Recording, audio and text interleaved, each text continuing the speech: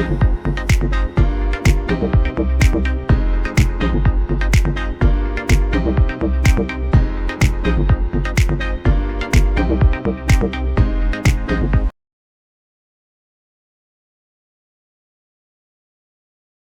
un abrazo grande a todos los hermanos. Vuelvo a saludar también a todos los que nos están escuchando. Especialmente quiero saludar a nuestro querido amigo Manuel Ángel, que está ahorita mirándonos también por ahí por Trinidad, ¿no? Está allá en ese lugar tan bonito. Un abrazo grande para ustedes y a todos los que están conectados.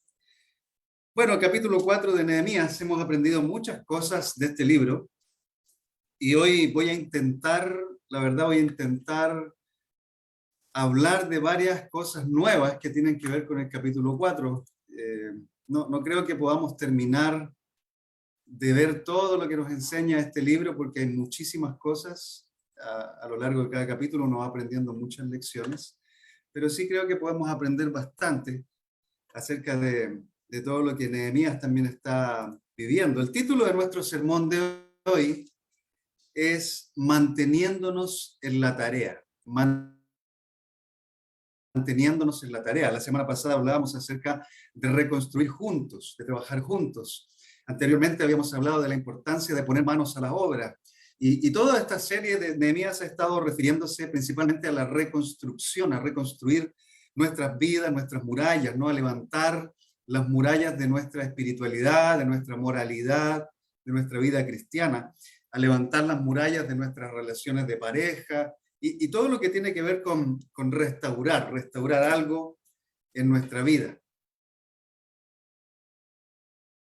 La semana pasada concluimos nuestro mensaje hablando de la importancia de trabajar juntos en la obra de Dios. Y también hablamos de la importancia de que todo lo que hacíamos tenía que tener la motivación de que era para dar gloria a Dios, para glorificar a Dios. De hecho, todo el capítulo 3 nos mostraba la importancia de ponernos manos a la obra, pero en las manos de Dios, y no hacer las cosas por nuestra cuenta.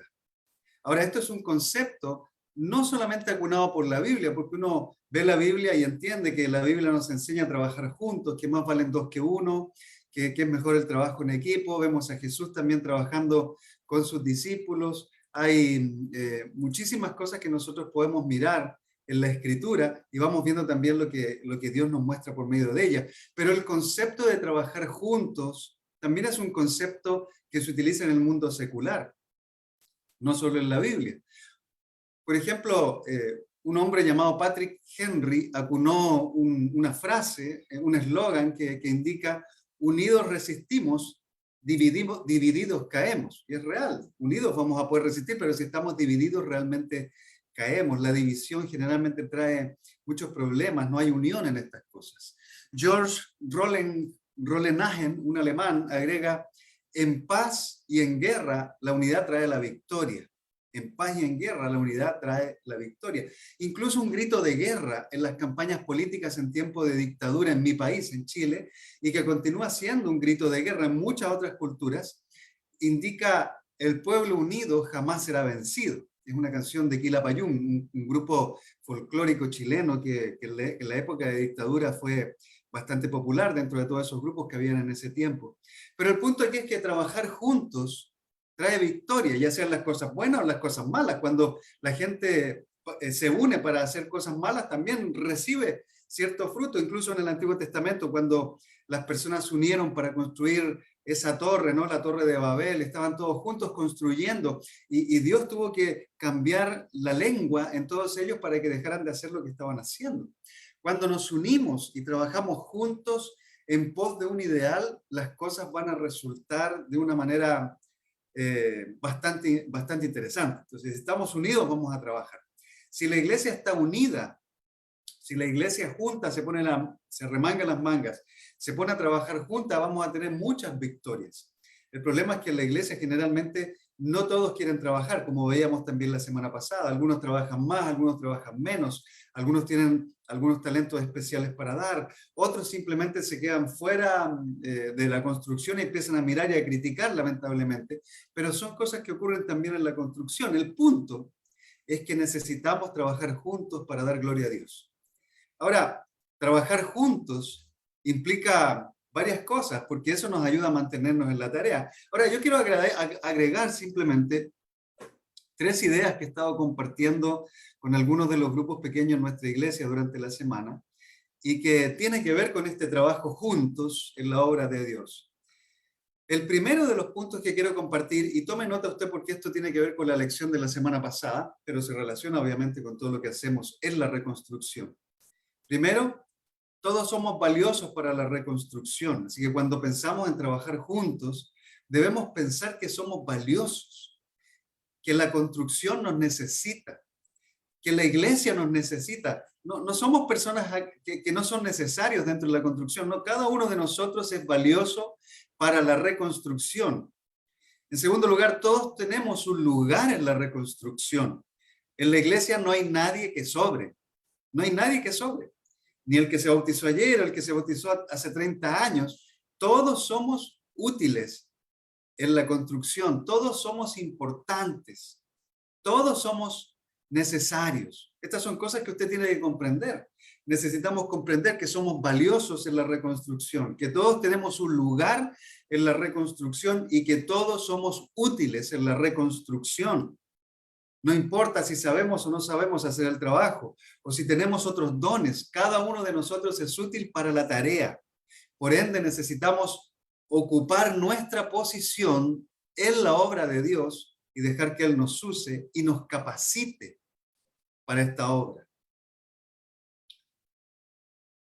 Entonces, con esto en mente, debemos empezar a considerar que para el capítulo 4 de Nehemías, la obra está en marcha. De hecho, si leemos el capítulo 4 en el versículo 6, se nos dice que habían llegado a la mitad de la construcción. Y vamos a conversar un poquitito más de esto a lo largo del sermón, pero ellos habían llegado a la mitad de la construcción, habían enfrentado obstáculos y seguirían enfrentando obstáculos. Y a medida que avanza el versículo 6, nos vamos a dar cuenta que este capítulo nos muestra que si comenzar el trabajo de construcción fue un gran logro para Nehemías y para todo el pueblo, mantenerse en la construcción sería un trabajo bien desafiante.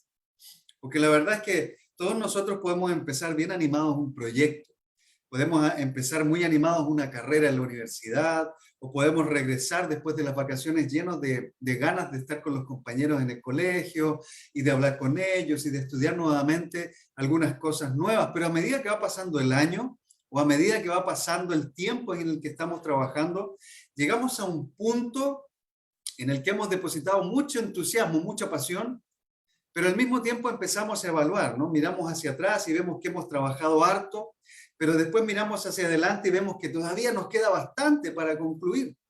Entonces es en ese punto medio, y lo hemos hablado algunas lecciones hacia atrás, es en ese punto medio donde cuesta muchas veces reenfocarse y volver a tener la misma pasión que uno tenía al principio para seguir trabajando y seguir construyendo. Así que si comenzar el trabajo de reconstrucción de las murallas fue un desafío para Nehemías y para todo el pueblo, pues continuar con ese trabajo iba a ser un desafío también muy grande, muy grande.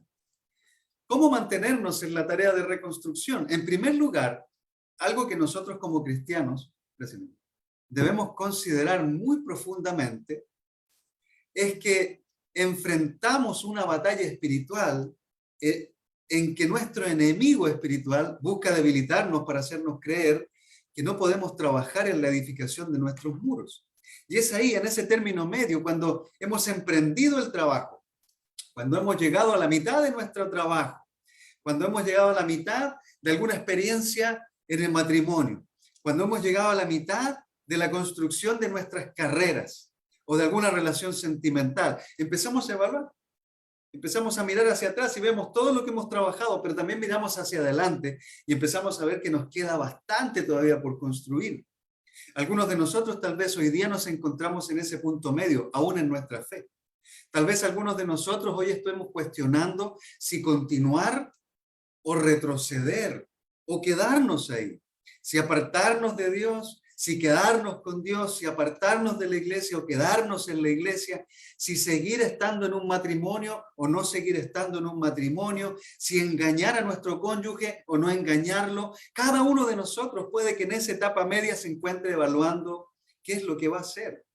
Y cuando estamos ahí, es que las voces del enemigo espiritual empiezan a trabajar en nosotros para desanimarnos, para afectarnos, para mostrarnos que no somos capaces de ir más allá, que hemos perdido el tiempo, que hemos invertido demasiado y aún queda mucho. En fin, hay muchos mensajes que se relacionan principalmente con un enemigo que no vemos a simple vista y que intenta desesperadamente llevarnos a destruir todo lo que Dios ha construido en nuestra vida. Así que sí, sí, el libro de Nehemías habla de una batalla espiritual. Yo se los he comentado muchas veces a medida que avanzamos en el libro, a medida que miramos los enemigos de Nehemías, a Sanbalat, a Tobías, a todas estas personas que se mencionan ahí, podemos ver la influencia de un enemigo espiritual que trabaja por medio de estos enemigos físicos, queriendo hacer decaer la fe de Nehemías, queriendo hacer decaer la fe del pueblo, queriendo recordar al pueblo que lo habían intentado 150 años y que era imposible que ellos pudieran ir más allá.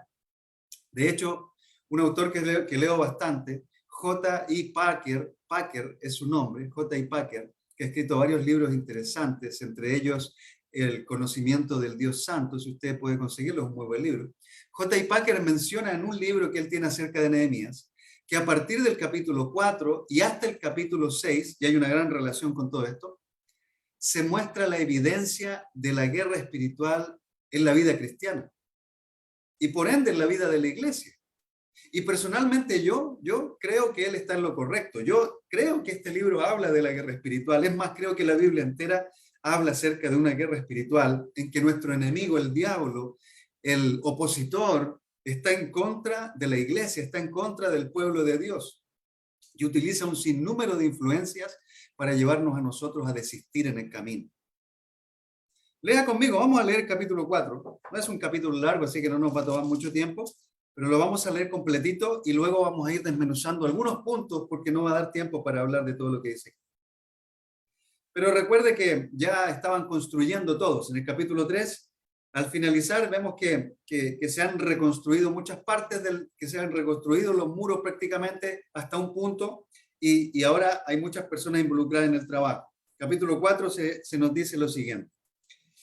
Cuando Sanbalat se enteró de que estábamos reconstruyendo la muralla, se disgustó muchísimo y se burló de los judíos. Ante sus compañeros y el ejército de Samaria dijo, ¿qué están haciendo estos miserables judíos? ¿Creen que se les va a dejar que reconstruyan y que vuelvan a ofrecer sacrificios? ¿Piensan acaso terminar en un solo día? ¿Cómo creen que de esas piedras quemadas, de esos escombros, van a hacer algo nuevo? Y Tobías el amonita, que estaba junto a él, añadió, hasta una zorra se sube a ese montón de piedras, lo echa abajo. Por eso oramos. Escucha, Dios nuestro, cómo se burlan de nosotros. Haz que sus ofensas recaigan sobre ellos mismos. Entrégalos a sus enemigos, que los lleven en cautiverio. No pases por alto su maldad, no olvides sus pecados porque insultan a los que reconstruyen. Continuamos con la reconstrucción y levantamos la muralla hasta media altura, pues el pueblo trabajó con entusiasmo. Pero cuando Sanbalat y Tobías y los árabes, los amonitas y los asdodeos se enteraron de que avanzaba la reconstrucción de la muralla y de que ya estábamos cerrando las brechas, se enojaron muchísimo y acordaron atacar a Jerusalén y provocar disturbios en ella. Oramos entonces a nuestro Dios y decidimos montar guardia día y noche para defendernos de ellos. Por su parte, la gente de Judá decía, los cargadores desfallecen, pues son muchos los escombros. No vamos a poder reconstruir esta muralla. Y nuestros enemigos maquinaban, les caeremos por sorpresa y los mataremos. Así haremos que la obra se suspenda. Algunos de los judíos que vivían cerca de ellos venían constantemente y nos advertían, los van a atacar por todos lados. Así que puse a la gente por familias, con sus espadas, arcos, lanzas, detrás de las murallas, en los lugares más vulnerables y desguarnecidos. Luego de examinar la situación, me levanté y dije a los nobles y gobernantes y al resto del pueblo, no les tengan miedo. Acuérdense del Señor que es grande y temible, y peleen por sus hermanos, por sus hijos e hijas, y por sus esposas y sus hogares. Una vez que nuestros enemigos se dieron cuenta de que conocíamos sus intenciones y de que Dios había frustrado sus planes, todos regresamos a la muralla, cada uno a su trabajo. A partir de aquel día, La mitad de mi gente trabajaba en la obra, mientras la otra mitad permanecía armada con lanzas, escudos, arcos y corazas. Los jefes estaban pendientes de toda la gente de Judá, tanto los que reconstruían la muralla como los que acarraban los materiales, no descuidaban ni la obra ni la defensa. Todos, los que trabajaban en la reconstrucción llevaban la espada a la cintura. A mi lado estaba el encargado de dar el toque de alarma. Yo les había dicho a los nobles y gobernantes y al resto del pueblo, la tarea es grande y extensa y nosotros estamos muy esparcidos en la muralla, distantes los unos de los otros. Por eso, al oír el toque de alarma, cerremos filas. Nuestro Dios peleará por nosotros. Así que desde el amanecer hasta que aparecían las estrellas, mientras trabajábamos en la obra, la mitad de la gente montaba guardia, lanza en mano. En aquella ocasión también le dije a la gente, todos ustedes, incluso los ayudantes, quédense en Jerusalén para que en la noche sirvan de centinelas y de día trabajen en la obra. Ni yo, ni mis parientes y ayudantes, ni los de mi guardia personal nos desvestíamos para nada. Cada uno de nosotros se mantenía listo para la defensa. Fíjese, mi querido hermano y todos los que nos están escuchando esta mañana, cómo claramente Nehemías está hablando de la guerra, de la batalla que estaba enfrentando. Obviamente todavía no había persona ahí que estaba peleando con él físicamente, pero él sentía la presión, sentía la influencia, sentía el poder de este enemigo invisible, de cierta manera, que se empezaba a involucrar en todo lo que ellos estaban haciendo. Este enemigo que tenía nombre Sanbalat, tenía nombre Tobías, tenía nombre Gersén, tenía diferentes nombres en esta escritura que ciertamente se nos manifiesta también a nosotros hoy en día. Y como yo le mencionaba, Nehemías estaba enfrentando una situación compleja. Y en el versículo 6 vemos como el pueblo había reconstruido la mitad de la muralla con entusiasmo, pero, dice la escritura, cuando Sanbalat y Tobías y los árabes se enteraron, la situación cambió. Y empezamos a mirar cómo Nehemías tiene que enfrentar junto con todo el pueblo la presión, el acecho, el asedio de un enemigo que estaba alrededor y que le afectaba por todos lados. Por todos lados. Así que Packer menciona en su libro acerca de que este capítulo 4 al 6 muestra evidencia de la guerra espiritual en la vida cristiana y en la iglesia. Yo creo completamente esto. De hecho, en varias oportunidades he mencionado cómo los enemigos del pueblo judío en este libro tienen hasta nombre en la historia. Ellos son la oposición que se manifiesta, por ejemplo, en el capítulo 2, versículo 10. Antes de que Nehemías llegue a Jerusalén, ya estos tipos estaban presionando, estaban sintiéndose mal, porque iban a reconstruir las murallas. Luego los vemos en el capítulo 2, versículo 19. Y ahora los vemos aquí en el capítulo 4, versículo 1 al 3, burlándose públicamente de lo que hacían los judíos, de lo que hacía Nehemías. Estaban afectándolos. Y por supuesto, vamos a continuar mirando a estos enemigos a lo largo del libro hasta cierto punto. Porque hasta cierto punto es que el enemigo nuestro puede afectarnos. Hay un momento en que ya no puede. El lunes, por ejemplo, cuando con mi amigo David Hernández de Chile compartíamos nuestro conversatorio sobre la guerra espiritual, hablamos acerca de cómo el enemigo nos influencia de tres formas diferentes. Hablamos acerca de que tenemos un enemigo interno, un enemigo externo y Satanás, que es nuestro enemigo espiritual, atentando contra nosotros para hacernos debilitar en nuestra fe. Y estos enemigos, estos enemigos son los que también se muestran aquí en Nehemías, porque de cierta forma vamos a ir viendo a lo largo del sermón cómo estas personas, cómo esta influencia, cómo esta guerra espiritual nos afecta físicamente, nos afecta emocionalmente y nos afecta incluso psicológicamente.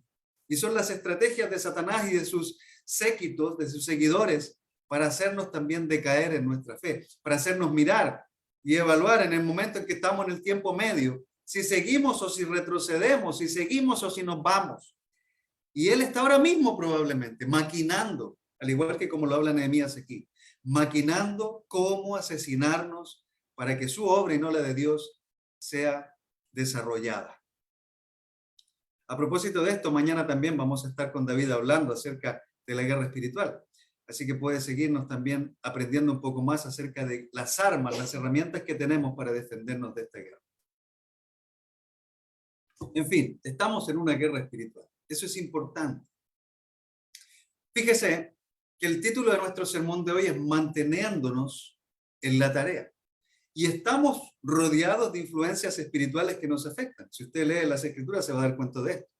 Pero mantenernos en la tarea implica, en primer lugar, que debemos considerar, hermanos queridos, que el enemigo siempre está observando. El enemigo siempre está observando. Si usted ve películas de guerra, por ejemplo, películas de la Segunda Guerra o cualquier película de guerra que usted vea en diferentes contextos históricos, incluso se dará cuenta que hay observadores avanzados. Yo hice el servicio militar en mi país y había un equipo de hombres en el ejército, en nuestro grupo, que eran observadores avanzados. Es decir, algunas veces nos tocaba a nosotros ir más adelante que el resto del grupo para poder mirar qué es lo que estaba pasando. Y esto ocurre también con Satanás. Él tiene un ejército que busca derribarnos, porque él quiere derribar al pueblo de Dios, quiere afectar al pueblo de Dios. Entonces él también está observando, está mirando. Así que es importante considerar que él siempre se encuentra al acecho. Y se enoja también. Yo veo a él enojado cuando el trabajo de Dios no se detiene a pesar de las influencias que él tiene encima de nosotros. Donde Dios está obrando, el enemigo también lo está haciendo. Eso es importante que nosotros consideremos, porque si Dios está trabajando en nuestra vida, Satanás también está influenciando, porque quiere derribar los muros que se han levantado. Si usted ha levantado muros de pureza, muros de santidad, Satanás quiere derribarlos. Satanás quiere destruirlos. Si usted ha dejado pasar la tentación, si usted ha dejado o ha empezado a jugar con el pecado, probablemente sus muros tienen algunas grietas que cada vez se van a ir abriendo más producto de nuestra propia negligencia al no ser cuidadosos con nuestra vida espiritual. Si usted como soltero está mirando fuera de la iglesia, está buscando a alguien para construir su vida matrimonial con alguien que no tiene su misma fe, usted está en peligro, usted está siendo atacado, usted está llevando una guerra que no va a poder sostener en el tiempo, porque usted no va a poder pelear contra estos enemigos tan fuertes que influencian nuestra vida, a menos que primero esté con Dios y que en segundo lugar esté rodeado de un círculo de hermanos fuertes y valientes que están peleando al igual que usted. Por eso es que la guerra no se pelea por nosotros mismos, no se pelea por una sola persona, se pelea en grupo, se pelea en equipo. Somos todos los que debemos trabajar, no uno solo ni dos, sino que todos. Todos somos importantes, todos debemos mantenernos en la tarea, todos debemos estar al acecho, cuidando también a los demás, porque sabemos que Satanás, sabemos que el enemigo se encarga de buscar a la pieza más débil dentro del cuerpo para apartarlo y afectarlo, y por medio de ese afectar a muchos más. Él se enoja, estas fuerzas espirituales se enojan radicalmente, profundamente, fuertemente, cuando el trabajo de Dios no se detiene, cuando avanza, se enojan profundamente. Es más, puede que su enojo vaya en aumento a medida que la iglesia avanza y desplaza a estos enemigos hacia un lado. Fíjese que aquí en el capítulo 2, 3, 4, 1 al 4, por lo menos vamos viendo esta progresión, yo diría, en el enojo. Fíjese que en el capítulo 2, versículo 10, se nos dice que estos enemigos de Nehemías se disgustaron en extremo. Ahora, la palabra que se usa ahí no se refiere a un enojo así como que se puso rojo y empezó a salirle humo por los oídos. No, no es un enojo tan fuerte, sino que se disgustaron, ellos se molestaron, porque Nehemías iba a reconstruir las murallas de Jerusalén, estaban incómodos. Obviamente, al enemigo le incomoda cuando se empieza a trabajar en nuestra vida, cuando nosotros entramos al campo del enemigo, al mundo, donde esa influencia está derrotando y derribando cada vez más la vida de las personas. Y entramos como esa resistencia, como esos comandos que van a buscar a las personas que se han perdido y que están perdidos con Satanás, pues definitivamente él se disgusta, se incomoda. A él no le gusta que nos metamos en el mundo y que empecemos a estudiar la Biblia con la gente, porque él sabe que la Biblia trae luz a la gente, que trae verdad a la gente, que les muestra dónde está. Así como un día nos mostró a nosotros también dónde estábamos. Y tuvimos esa batalla espiritual. Yo le hablé de la mía, le hablé de mi batalla. Sé que usted también ha tenido la suya. Más adelante, por ejemplo, en el versículo 19 del mismo capítulo 2, dice que se burlaron de ellos, fueron arrogantes, los humillaron y levantaron calumnias. Es decir, empezaron a incomodarse, después empezaron a hablar tonterías acerca de ellos y empezaron a incomodarlos a ellos, querían incomodar a Nehemías y al pueblo. Pero al llegar al capítulo 4, fíjese que el enojo de estos enemigos del pueblo era tremendo. Dice que Sanbalat se enteró de que estaban reconstruyendo la muralla en el versículo 1 y se disgustó muchísimo. Se disgustó muchísimo. Cuando uno va al hebreo, por ejemplo, vemos que las palabras que se refieren a disgustarse muchísimo tienen una connotación más fuerte, es decir, estaban ardiendo en enojo. Él estaba ardiendo en enojo, ya no podía comprender cómo Nehemías había llegado, cómo había tenido la desfachatez de entrar, de examinar la muralla, de empezar a reconstruir, de avanzar más encima, a pesar de toda la influencia que ellos tenían ahí. No lo podían tolerar. Entonces se empezaron a burlar en público. Se burlaron con los amigos de Sanbalat, se burlaron con el ejército que estaba alrededor de ellos, el ejército de Samaria. Se rieron de los judíos. Y obviamente todas estas burlas llegaron a los oídos de Nehemías y a los oídos también del pueblo. Y eso los afectó. Usted no crea que a Nehemías no le afectó. Yo creo que a Nehemías también le afectó toda esta burla. Obviamente él estaba firme con Dios. Pero Satanás siempre va a afectar o va a querer afectar fuertemente al liderazgo.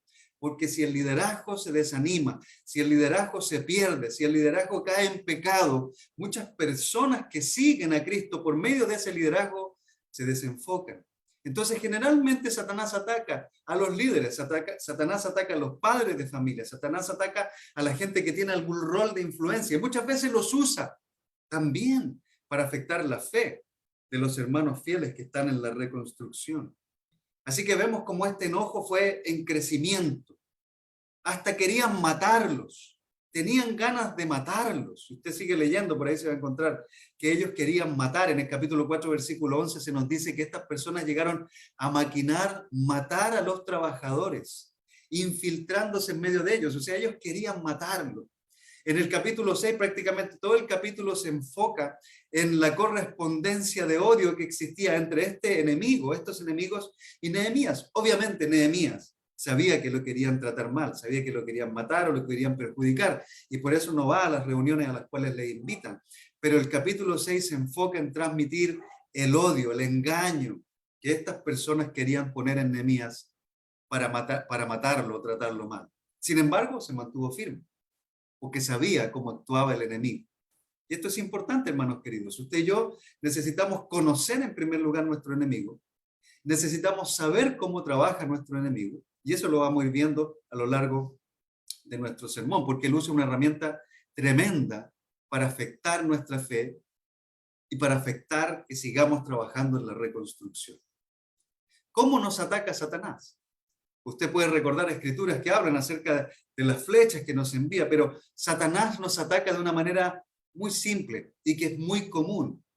El enemigo usa lo que Brian Mill, un predicador que estoy siguiendo hace un tiempo, menciona como una plaga universal.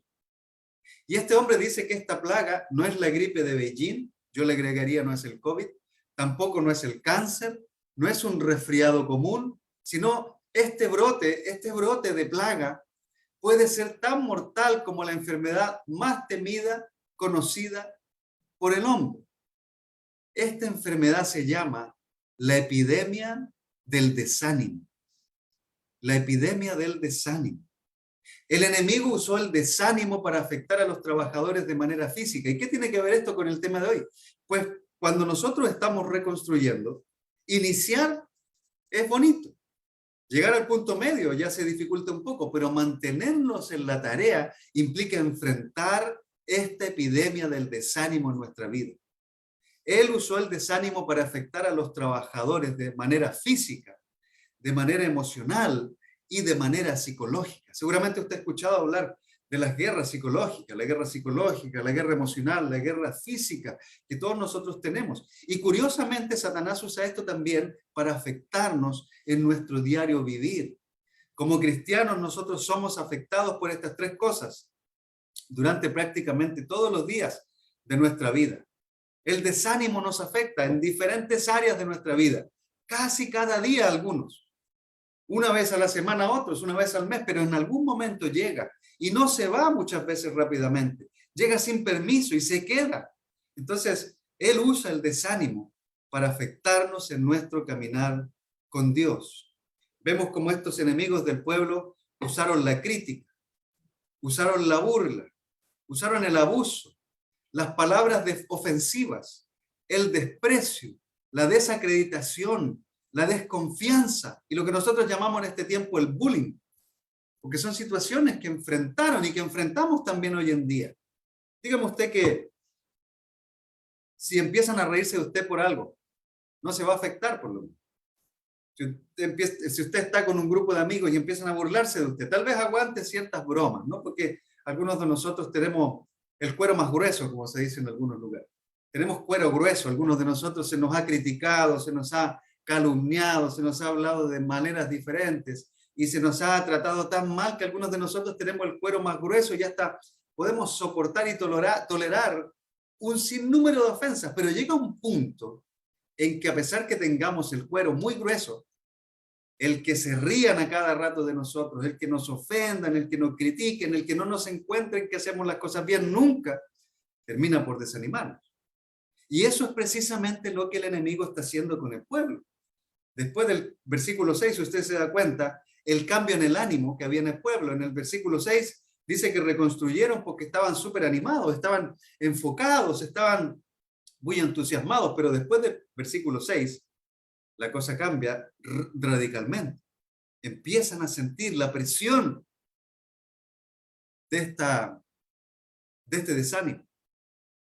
La voz que nos dice que no somos capaces de hacerlo es algo que esta gente estaba escuchando. Ellos escucharon. ¿Qué están haciendo estos miserables judíos? ¿Creen que van a poder reconstruir? ¿Piensan terminar en un solo día? O sea, ¿tienen la fuerza realmente estos debiluchos para alcanzar a hacer lo que creen que van a hacer? ¿Cómo creen que de esas piedras quemadas van a poder reconstruir nuevamente las murallas? Y obviamente hay mucha mentira en todo esto. Hay mucha mentira. Si usted lee la historia, si usted lee acerca de las murallas destruidas, se da cuenta que lo que se quemó básicamente fueron las puertas. Pero las piedras, los bloques esos que tenían para reconstruir, en realidad se habían caído, estaban derrumbados y muchos de ellos podían ser utilizados porque estaban buenos. Pero el enemigo usa la mentira para desanimarnos. No vas a poder hacerlo, no eres capaz, no eres útil, aquí no te necesitan, vete a otro lugar porque ahí es donde tú vas a ser más útil que acá. La iglesia no ama, no te quiere lo suficiente. En la iglesia solo sacan tu dinero, en la iglesia solo te usan, te van a abusar, te van a cambiar la mente. Basura y basura y basura mentirosa de Satanás, del enemigo, que lo único que quiere hacer es desanimarnos en nuestro caminar con Dios. Por eso Nehemías es tan intenso y es tan importante para nuestra vida actual.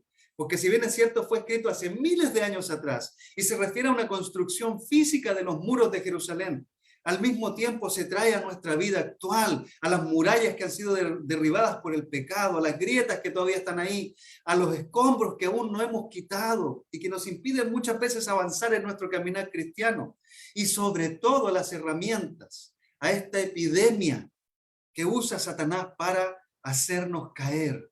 Fíjese usted que el enemigo sabe que el desánimo afecta nuestra pasión y la derrumba. De hecho, el desánimo hace tres cosas con nosotros. Número uno, destruye nuestra esperanza. El desánimo destruye nuestra esperanza, porque empezamos a mirar hacia adelante y vemos que todo está nublado, no vamos a poder. Número dos, el desánimo nos induce al miedo. El desánimo nos induce al miedo, porque cuando estamos desanimados empezamos a tener miedo. Miedo. Ya no es como antes, ya no estamos con tanto valor, ya tenemos miedo porque estamos desanimados, ¿no? Hay muchas cosas diciéndome que no voy a poder hacerlo, no voy a poder ser un buen profesional, no voy a poder ser un buen esposo, no voy a poder ser un buen amigo, no voy a poder cumplir con la tarea que se me ha encomendado en la iglesia, no voy a poder ser un misionero, no voy a poder predicar. Satanás, úsalo, no voy a poder ser, no voy a poder hacer, para inundar nuestra vida de desánimo y nos induce al miedo. Número tres, el desánimo paraliza nuestros esfuerzos. El desánimo nos deja ahí quietos, nos hace mirar a todos los demás y nos entibia, porque estamos desanimados, ya no podemos más, ya en realidad terminamos creyendo que no podemos más. Terminamos creyendo que otros pueden hacer mejor las cosas que nosotros cuando tenemos las mismas capacidades, los mismos dones, el mismo talento. Pero empezamos a mirar todo lo que otros tienen y todo lo que nosotros no tenemos. Y nos quedamos con lo que no tenemos más que con lo que Dios ya nos ha dado.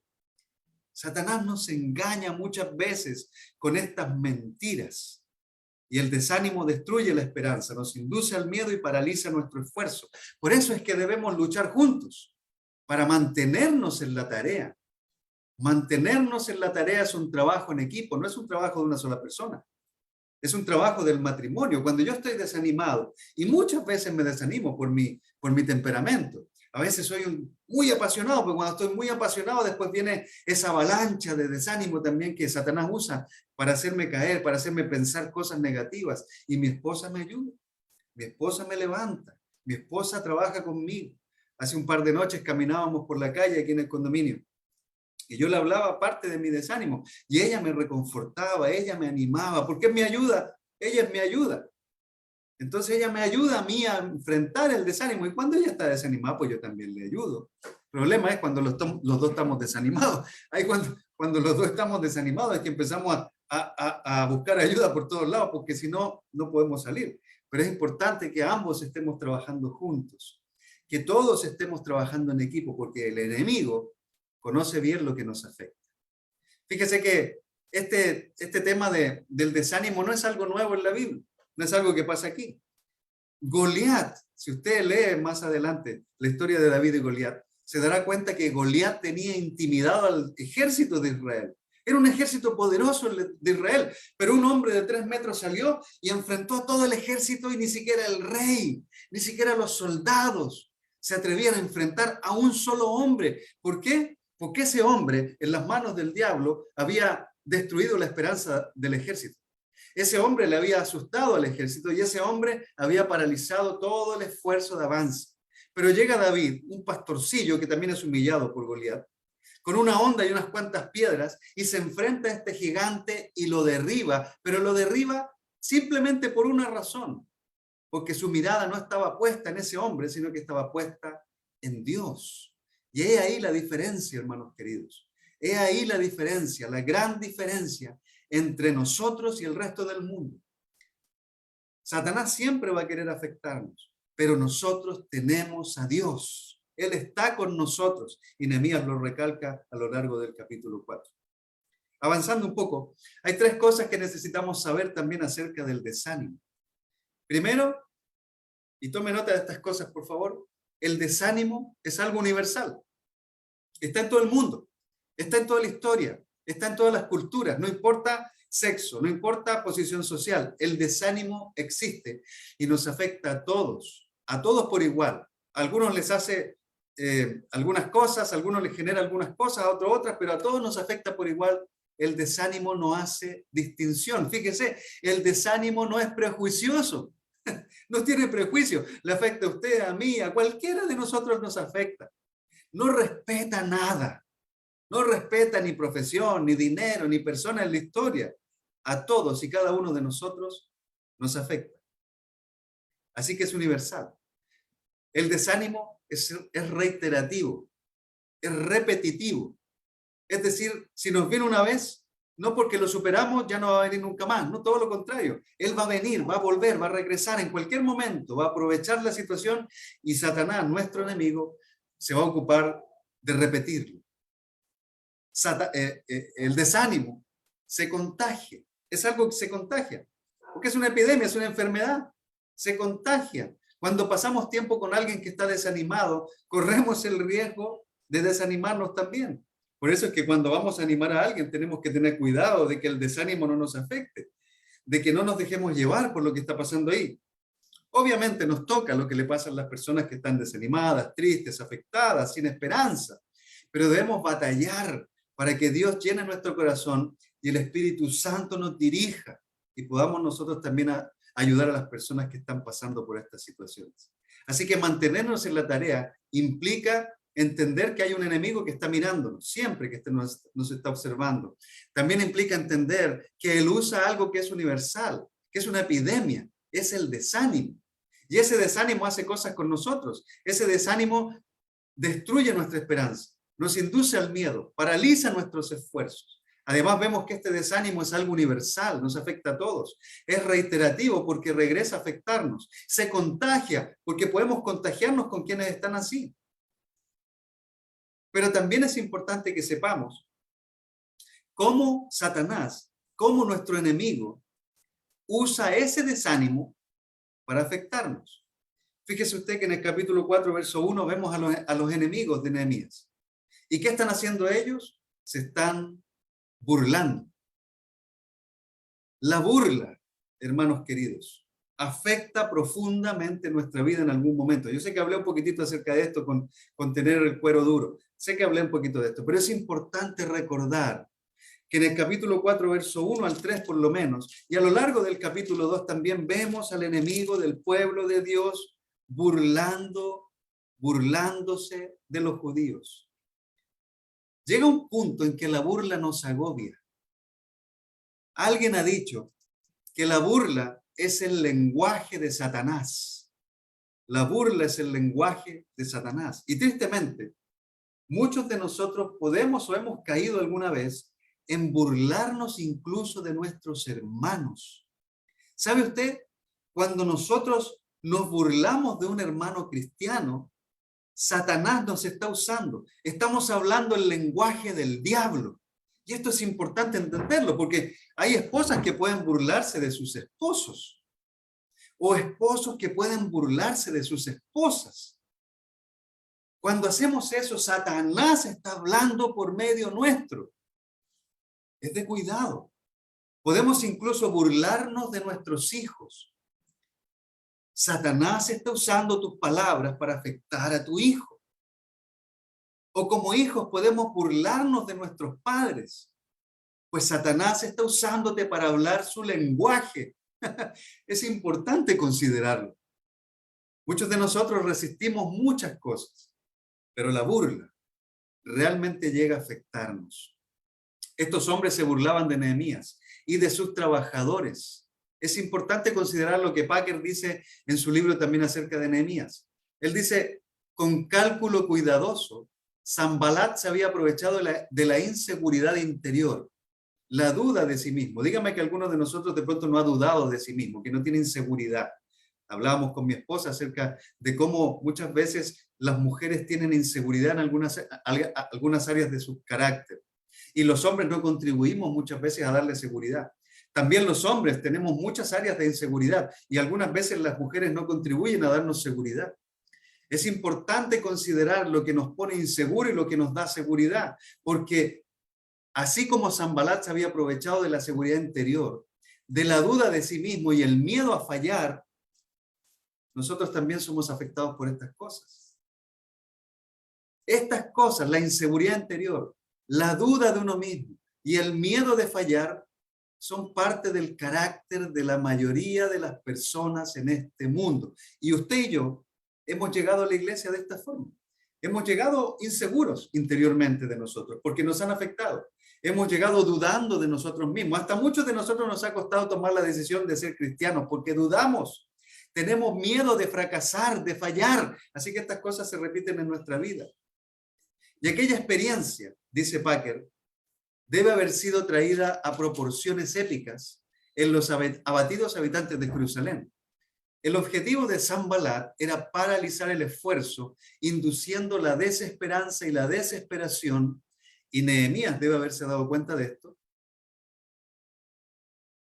viendo que podía tener éxito muy fácilmente. La moral, aunque alta, en este pueblo era frágil y no tomaría mucho para bajarla. Y es cierto, estos enemigos usaron todas estas herramientas para afectar la fe, la confianza, el esfuerzo del pueblo. Entonces lo hicieron burlándose de ellos. Así trabaja el enemigo. Se burla de nosotros porque nos hace ver que no somos capaces, nos hace creer que no somos capaces. Nos amenaza. Fíjese que había mucha amenaza ahí alrededor del pueblo. En el capítulo 4, versículo 11, se nos dice que los enemigos habían maquinado caer por sorpresa a los trabajadores y matarlos. Imagínense cómo sería eso para usted. O como algunos de nosotros hemos visto ahorita en esta época de bloqueo, ¿no? Hace algunas semanas atrás, cuando estaba empezando toda la protesta y había un bloqueo aquí afuera que todavía está. Era medianoche o más de medianoche, como las 3 de la mañana, y despertamos producto de los petardos y de los fuegos artificiales, y claro, nos incomoda, pero la verdad es que había una guerra allá afuera. Las personas que estaban en el bloqueo trataban de defender su espacio y los que venían querían pasar a toda costa, y había una guerra tremenda. Y de pronto empezaron a escuchar voces que decían que venían de una calle a afectar el bloqueo y después que venían de la otra y después de la otra. Y la gente aquí estaba desesperada llamando a los vecinos para que salieran a la calle a defender. Salgan, por favor, mandaban los mensajes por WhatsApp. Salgan porque vienen de todos lados y nos quieren lastimar. Imagínense el horror de una mujer, de un hombre, de un grupo que escucha que vienen de todos lados con palos, hacerle daño. Pues eso ocurría aquí. Eso estaba ocurriendo aquí. Los enemigos del pueblo de Israel, de Jerusalén, el pueblo de Dios, estaban rodeados de enemigos. Y ellos decían, les vamos a caer por sorpresa y los vamos a matar. En el versículo 12 se les decían, tengan cuidado porque los van a atacar por todos lados. Vienen por todos lados. Era una situación terrible. Terrible. En Nehemías 4, versículo 7 se nos da la imagen de lo acosada que estaba la ciudad. Pero cuando Sanbalat y Tobías y los árabes, los amonitas, los asdodeos, se enteraron de que avanzaba la reconstrucción de la muralla y que ya estábamos cerrando las brechas, se enojaron muchísimo. Fíjese que habla de varias influencias. Sanbalat, Tobías, los árabes, los amonitas, los asdodeos, por lo menos 5 influencias alrededor del pueblo. Sanbalat y los samaritanos estaban al norte del pueblo. Asdod estaba al oeste. Tobías y los amonitas estaban al este. Y Gesem y los árabes estaban al sur. Es decir, estaban cubiertos por todos lados de enemigos. Así que imagínense la potente fuerza enemiga que estaba en contra del ánimo de los constructores. Los trabajadores estaban rodeados y vivían constantemente con el temor de ser emboscados. Así que la presión era muy fuerte sobre ellos, hasta el punto que Nehemías tuvo que militarizar la ciudad. Tuvo que entregarle armas a las personas, incluso las personas que trabajaban iban con su herramienta, pero también con su arma para defender la ciudad. Incluso puso vigilancia constante. Separó a las personas para que vigilaran y trabajaran. Entonces, el acoso era tremendo. Estamos viendo que el enemigo usa la burla para afectarnos, usa la amenaza con sus engaños para afectarnos, pero también usa la desmoralización. Él desmoraliza a la gente. El versículo 10 nos dice del capítulo 4, por su parte la gente de Judá, y ponga atención aquí, la gente de Judá decía, los cargadores desfallecen, pues son muchos los escombros, no vamos a poder reconstruir esta muralla. Curiosamente, todo el ánimo con el que habían empezado a trabajar ahora estaba disminuyendo.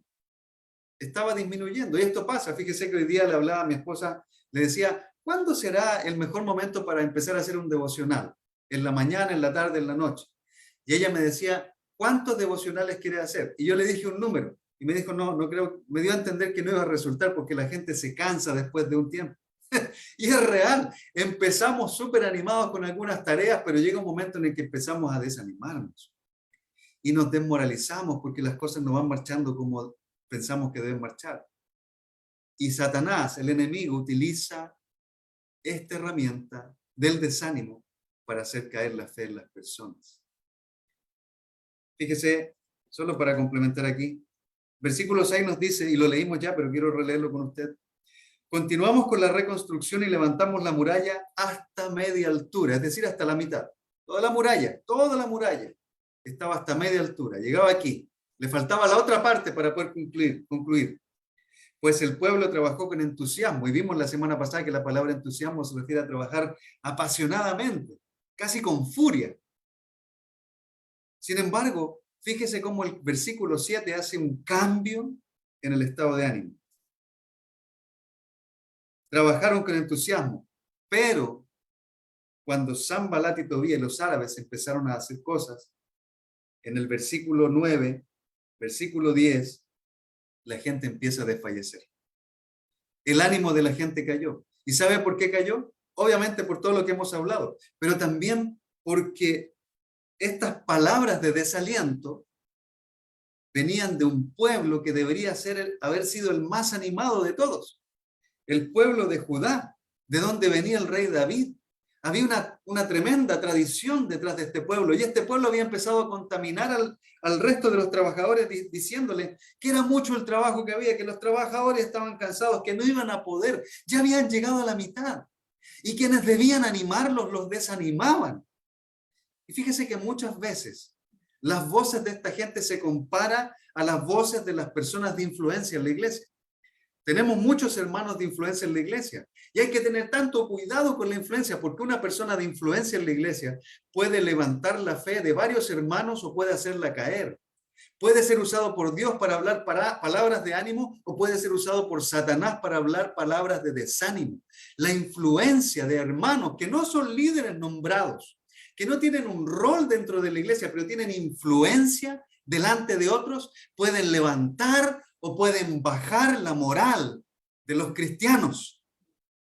Así que es muy importante, hermanos queridos, si tenemos voz en la iglesia, si somos personas de influencia que nos escucha 1, 2, 10, 20, si somos personas que empezamos a hablar y la gente nos rodea y nos escucha, debemos tener cuidado de a quién estamos escuchando nosotros primero. Porque si escuchamos la influencia de Satanás, vamos a transmitir la influencia del enemigo. Pero si escuchamos la influencia de Dios, vamos a transmitir la influencia del Señor. Muchas veces, yo lo he repetido, y no lo digo para quejarme ni para autocompadecerme, para nada, pero muchas veces el peor enemigo en la iglesia es el hermano de influencia que no sabe dominar su lengua, sino que se deja usar por el diablo y termina dividiendo a las personas en las congregaciones. Lo hemos visto ocurrir en diferentes lugares. Lo hemos visto ocurrir aquí mismo en la iglesia. Hemos tenido que reprender a este tipo de hermanos que se dejan usar por Satanás y no piensan en el daño que causan en los demás. Son los típicos apagasueños. Son los típicos apagasueños que imponen su sabiduría mundana y barata en contra de la sabiduría de Dios, en contra de los planes de Dios. Son los que siempre dicen, es que nunca se ha hecho de esa manera, es que no vamos a poder lograrlo, es que el dinero no va a alcanzar, es que tú vives más bien de sueños. Sin importar lo positivo que pueda ser el cambio, el apagasueños siempre se encarga de ir en contra de la innovación, de la creatividad, del avance. Y se transforman en bomberos apagasueños. Andan con un montón de agua cargando en la espalda. En vez de cargar con su sabiduría de Dios, cargan con agua para apagar los sueños que Dios pone en el corazón de hombres y mujeres que quieren hacer lo mejor para glorificarlo.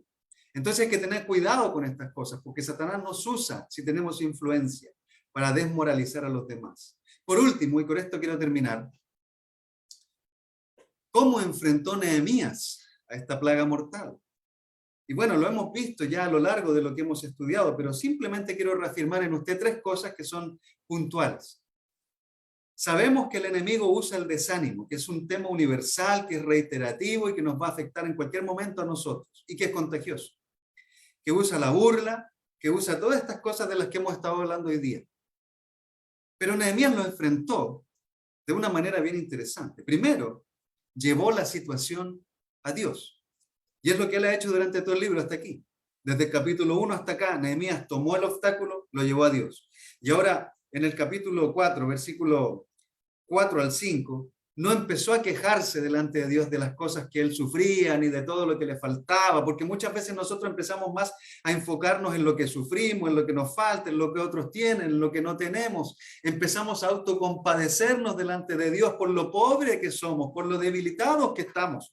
Pero no, Nehemías dijo lo siguiente: escucha, Dios nuestro, cómo se burlan de nosotros. Haz que sus ofensas recaigan sobre ellos mismos, entrégalos a sus enemigos, que los lleven en cautiverio. No pases por alto su maldad, ni olvides sus pecados, porque insultan a los que reconstruyen. Y después de orar, ¿qué hizo? Continuamos con la reconstrucción. Nehemías puso en manos de Dios la oposición. Usted y yo necesitamos poner en manos de Dios nuestra oposición. Necesitamos llevar al enemigo a las manos de Dios, porque Dios se va a encargar de él. Es más, Él no tiene autoridad ni poder sobre nosotros porque Jesucristo ya lo venció, pero nos engaña porque todavía tenemos una mente débil. No tenemos la mente espiritual que Dios quiere que tengamos. Entonces, muchas de sus estrategias tienen que ver con debilitar nuestra fe, con hacernos creer que no podemos, con hacernos creer que Dios no está con nosotros, cuando Él sí está con nosotros. Así que Él llevó la situación ante Dios. Número 2, Nehemías se enfrentó afirmando la convicción en la gente de que Dios estaba a su favor, de que Dios está con él. Y esto usted debe creerlo, yo debo creerlo, nosotros debemos creerlo como iglesia. ¿Tenemos un enemigo? Sí. ¿Está firme? Sí. ¿Nos quiere hacer caer? Sí. Pero nosotros tenemos a alguien más fuerte que él. Nehemías les dice en el versículo 14, no le tengan miedo, no les tengan miedo. Acuérdense del Señor y de quién es Él, grande y temible. En el versículo 20 les dice, nuestro Dios peleará por nosotros. Y uno puede buscar en las Escrituras y cada vez puede ir encontrando la reafirmación de que Dios está con nosotros. Josué capítulo 1, yo estaré contigo. En Mateo 28, versículo 18 al 20, al finalizar, yo estaré con ustedes siempre hasta el fin del mundo. Dios con Abraham, Dios con Moisés, Dios con los profetas. Dios está con nosotros. No estamos solos. Satanás quiere hacernos creer que estamos solos. Entonces, Nehemías enfrentó, llevando la situación a Dios, afirmando la convicción de que Dios estaba a su favor y por último, reorganizó sus prioridades. Reorganizó sus prioridades. En versículos 13 y versículo 16 se nos dice que él organizó a la gente para defender al pueblo y que trabajaban y cuidaban. Y que los ayudantes no se fueron, sino que se quedaron, porque en la noche iban a vigilar y en el día iban a trabajar. Hermanos queridos, es importante considerar esto. Él sabía que había una batalla y el enemigo estaba dispuesto a avanzar, pero no se quedaron en casa guardando que llegaran a atacarlos. No se quedaron de rodillas orando, también temblando para que Dios los protegiera. No, ellos hicieron algo, reorganizaron el trabajo. Y es lo que tenemos que hacer como cristianos. Nosotros debemos reorganizar nuestras prioridades. Si hay algo que nos está afectando, debemos reorganizar nuestra vida con Dios. Debemos reorganizar nuestras prioridades familiares. Debemos reorganizar nuestras finanzas, nuestra vida religiosa. Todo lo que hacemos debe reorganizarse. ¿Para qué? Para que podamos enfrentar la batalla y vencer, manteniéndonos en la tarea hasta terminar. Hermanos queridos, espero que este sermón de hoy haya tenido el impacto que Dios quiere que tenga en nuestra vida y podamos tener herramientas para batallar contra el enemigo que siempre, siempre, siempre está al acecho. Dios los bendiga, que tengan una gran tarde y muchas gracias.